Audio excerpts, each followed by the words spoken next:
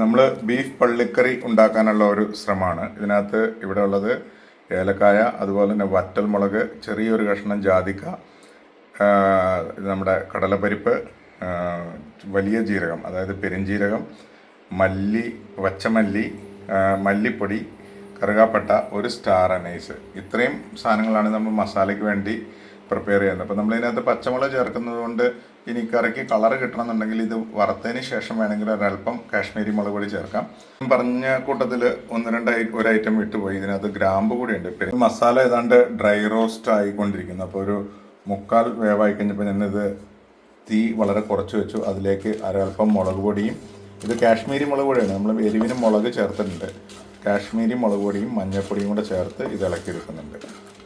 ഇതാണ് നമ്മുടെ പള്ളിക്കറിയുടെ മസാല. ഇനി നമുക്ക് ഇതിനെ ഒന്ന് ആറിയതിന് ശേഷം പൊടിച്ചെടുക്കാം. മസാലയിലേക്ക് ഞാനൊരല്പം കറിവേപ്പില കൂടി ചേർത്തിട്ടുണ്ട്. ഈ കറിവേപ്പിലയും ഒന്ന് ഡ്രൈ റോസ്റ്റ് ചെയ്യുന്നുണ്ട്. ഇത് കൂടാതെ നമ്മൾ കറിവേപ്പില, പച്ചക്കറിവേപ്പില ചേർക്കും. പക്ഷേ ഇത് പൊടിക്കുന്നതിൻ്റെ ഒപ്പം ചേർക്കാൻ വേണ്ടിയുള്ള ഒരു ഇൻഗ്രീഡിയൻ്റ് ആണ്. ഇത് പതുക്കെ വാടി കിട്ടിയാലും മതി. അന്ന് തന്നെ ഉപയോഗിക്കുകയാണെങ്കിൽ, ലോങ് ടൈമിലേക്ക് ഇത് വയ്ക്കാനാണെങ്കിൽ കറിവേപ്പില നന്നായിട്ട് തന്നെ വറുത്തെടുക്കണം. ഇത് ഇപ്പോൾ നന്നായിട്ട് ചെറുതായിട്ടൊന്ന് ഇളക്കി കൂട്ടി ചെറുതായിട്ടൊന്ന് ചൂടാക്കി എടുത്തിട്ടുണ്ട്. നമ്മളിത് ഇപ്പോൾ ഗ്രൈൻഡ് ചെയ്തെടുക്കും. ഈ മസാല ഇപ്പം തന്നെ ഉപയോഗിക്കുന്നത് കൊണ്ട് 1 കിലോ ബീഫിനായ കല്ലുപ്പ് കൂടി ഞാൻ ഇതിലേക്ക് ചേർക്കുന്നുണ്ട്. ഫ്ലെയിം ഓഫ് ചെയ്തു. ഇതിപ്പോൾ നമുക്ക് മാക്സിമം റോസ്റ്റഡ് ആയിട്ട് കിട്ടിയിട്ടുണ്ട്. കറിവേപ്പിലൊക്കെ നന്നായിട്ട് വാടി വന്നു. ആ കല്ലുപ്പും കൂടെ ചേർത്ത് ഇളക്കും. ഇത് ആറിയതിന് ശേഷം നമ്മൾ പൊടിച്ചെടുത്ത് നേരെ ബീഫിലേക്ക് ചേർക്കുക ചെയ്യുക. പള്ളിക്കറിക്കുള്ള മസാല നമ്മൾ പൊടിച്ചെടുത്തിട്ടുണ്ട്. ഇത് അതിൻ്റെ സ്മെല്ല് അപാരമാണ്. നമ്മളൊരു 3 ചെറിയ തക്കാളി കട്ട് ചെയ്ത് വെച്ചിട്ടുണ്ട്. 2 മീഡിയം സൈസ് സവാള കട്ട് ചെയ്തിട്ടുണ്ട്. ഗാർലിക്, ജിഞ്ചർ ഫ്രഷ് ആയിട്ടുള്ളത്, പച്ചമുളക്. ഇത് വേണേൽ ജിഞ്ചർ ഗാർലിക് പേസ്റ്റും ചേർക്കാം, പ്രശ്നമില്ല. സ്റ്റെയിൻലെസ് സ്റ്റീൽ കുക്കറാണ്. ഞാനിപ്പോൾ അടുപ്പ് കത്തിച്ചു. അതിലേക്ക് ആവശ്യത്തിന് നമ്മൾ വെളിച്ചെണ്ണ ഒഴിച്ചു. മസാല നമ്മൾ പതുക്കെ ഒന്ന് വെളിച്ചെണ്ണയിൽ റോസ്റ്റ് ചെയ്തെടുക്കും. അതിന് മുമ്പ് നമ്മൾ ഈ ജിഞ്ചർ ഗാർലിക് പേസ്റ്റൊക്കെ ചേർക്കുന്നുണ്ട്. ഇത് നേരെ ഇറച്ചിയിൽ ചേർത്താലും കുഴപ്പമില്ല. ചില മെത്തേഡ്സിൽ അങ്ങനെയാണ് ഉപയോഗിക്കുന്നത്. നമ്മൾ എല്ലാ പള്ളിക്കറിയിലും കടുക് പൊട്ടിക്കാറില്ല. പക്ഷേ എനിക്ക് കടുക് പൊട്ടിക്കുന്നതാണ് ഇഷ്ടം. അതുകൊണ്ട് ഞാനൊരു അല്പം കടുക് ഇട്ടിട്ടുണ്ട്. പള്ളിക്കറിക്ക് സാധനം കടുക് ആവശ്യമില്ല. പക്ഷേ എനിക്കെന്തോ കടുക് ഇടുന്നതാണ് ഇഷ്ടം. കടുക് പൊട്ടി വന്നിട്ടുണ്ട്. നമ്മൾ ഫ്ലെയിം പതുക്കെ ഒന്ന് കുറച്ച് വെച്ചു. അതിലേക്ക് ഇഞ്ചി, വെളുത്തുള്ളി ഇട്ടിട്ടുണ്ട്, പച്ചമുളക് ഇട്ടിട്ടുണ്ട്.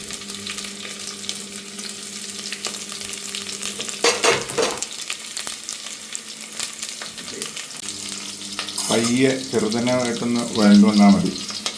അതിലേക്ക് നമ്മളിപ്പോൾ സവാള കൂടി ചേർത്ത് കൊടുക്കുകയാണ്.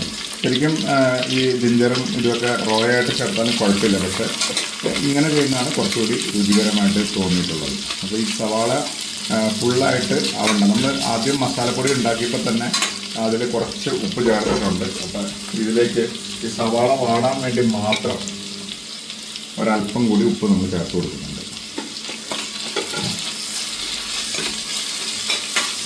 ശരിക്കും പള്ളിക്കറിക്ക് ഇതെല്ലാം റോയായിട്ടാണ് പല സ്ഥലങ്ങളിലും ചേർക്കാറ്. നമ്മൾ ചെറുതായിട്ടൊന്ന് വഴറ്റുന്നത് രുചി ഒരല്പം കൂടാൻ വേണ്ടി. ഇതാണ് എനിക്ക് കുറച്ചുകൂടി ബെറ്ററായിട്ട് തോന്നിയിട്ടുള്ളത്.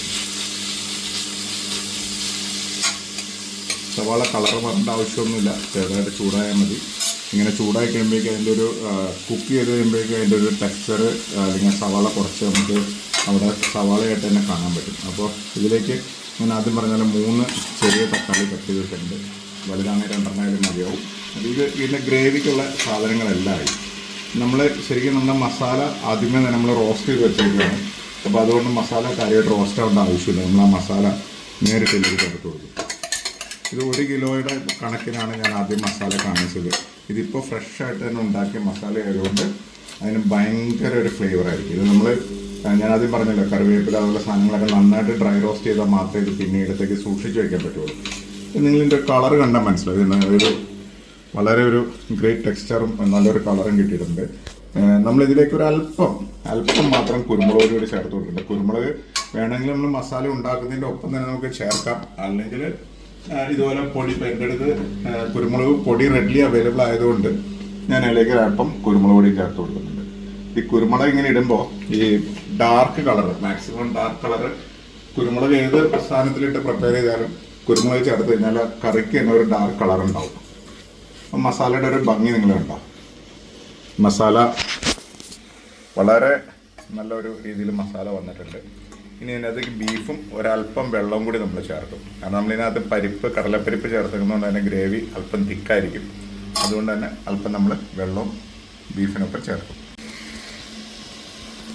മസാല നന്നായിട്ട് മുരിഞ്ഞു വന്നു. ഇതിലേക്ക് നമുക്ക് ബീഫ് ചേർക്കാം. എൻ്റെ വീഡിയോഗ്രാഫർ വേറെന്തോ ആവശ്യമായിട്ട് പോയി, അപ്പോൾ ഞാൻ ഇത് ഒറ്റ കൈ കൊണ്ട് തൽക്കാലം മാനേജ് ചെയ്യും. നമുക്ക് വെള്ളം ചേർക്കാനുള്ളതുകൊണ്ട് ബീഫ് അങ്ങനെ അധികം ഡ്രൈ ആവണമെന്നില്ല. ഇത് പുറത്തുനിന്ന് കട്ട് ചെയ്ത് വന്ന ബീഫാണ്. അല്പം കൂടി വലിപ്പത്തിലുള്ള കഷ്ണങ്ങളായിരുന്നു നല്ലതായിരുന്നു. ഇത് തീരെ ചെറുതായിട്ട്, ബട്ട് സ്റ്റിൽ ഗുഡ്. ആവശ്യത്തിന് നെയ്മയൊക്കെ ഉണ്ട്. ബീഫ് നന്നായി ഒന്ന് ഇളക്കി കൂട്ടണം. അതിനുശേഷം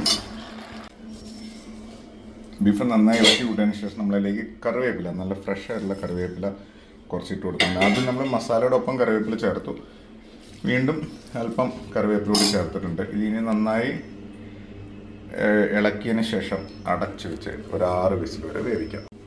ക്ഷമിക്കണം, ഇത് അടച്ച് വെക്കുന്നതിന് മുമ്പ് നമ്മളിതിലേക്ക് ഒരു 1/2 കപ്പ് വെള്ളം ചേർത്ത് കൊടുക്കുന്നുണ്ട്. ആ മസാലയ്ക്കുള്ളതിന് ബീഫ് ഇച്ചിരി ഗ്രേവി വേണ്ടെന്നുള്ളത് കൊണ്ട് നമ്മളൊരല്പം വെള്ളം കൂടി ചേർത്ത് കൊടുക്കുന്നുണ്ട്.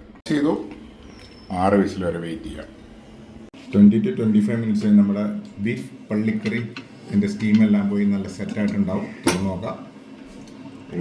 അടിപൊളിയാണ്.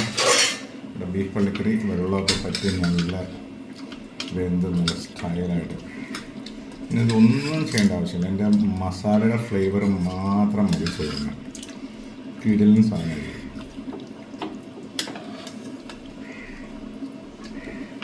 നമ്മുടെ ബീഫ് പള്ളിക്കറി എൻ്റെ ഫ്ലേവർ നമ്മുടെ പൊന്ന് സഹിക്കുന്നില്ല സാറേ.